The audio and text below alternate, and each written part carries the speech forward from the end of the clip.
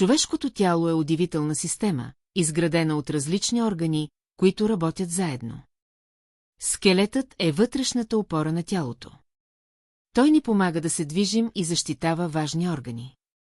Мозъкът управлява дейността на тялото и ни помага да мислим, усещаме и се движим.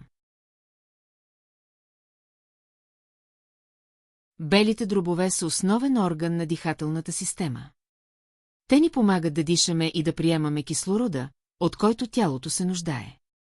При вдишване въздухът навлиза през носната кухина, след това преминава през дихателната тръба, след което достига до белите дробове. Там кислородът се предава на кръвта и се разнася из цялото тяло. Сърцето и кръвоносните съдове образуват кръвоносната система. Сърцето изпомпва кръвта, а кръвоносните съдове я пренасят до всички части на тялото. Храносмилателната система е група от органи, които приемат, разграждат и обработват храната.